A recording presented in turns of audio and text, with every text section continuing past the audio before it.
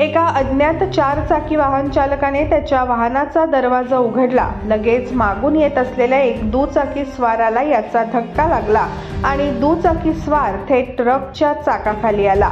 अत्यंत मन हेलावणारी ही दुर्घटना आज 6 जानेवारी रोजी सकाळी 11:45 वाजता रिसोड लोणी मार्गावर डॉक्टर जितेंद्र गवळी यांच्या दवाखान्यासमोर घडली. सुनील धूत वय वर्ष 40 असे मृतकाचे नाव असून ते शहरातील बँकिंग एजंट व भाजपाचे निष्ठावंत कार्यरत होते.